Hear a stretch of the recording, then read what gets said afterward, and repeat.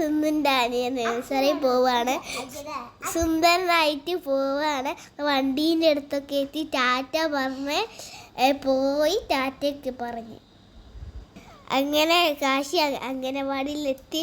എല്ലാം കണ്ട് അന്തം വിട്ട് നിൽക്കുകയാണ്. അങ്ങനെ ഒരു കുട്ടി തല്ലുണ്ടാക്കി എൻ്റെ അനിയനെ നോക്കിയിരിക്കുകയാണ്. എനിക്ക് തല്ലിട്ടോ അല്ലെങ്കിൽ വേറെ കുട്ടിക്ക് തല്ലിട്ടോ ആലോചിക്കുക.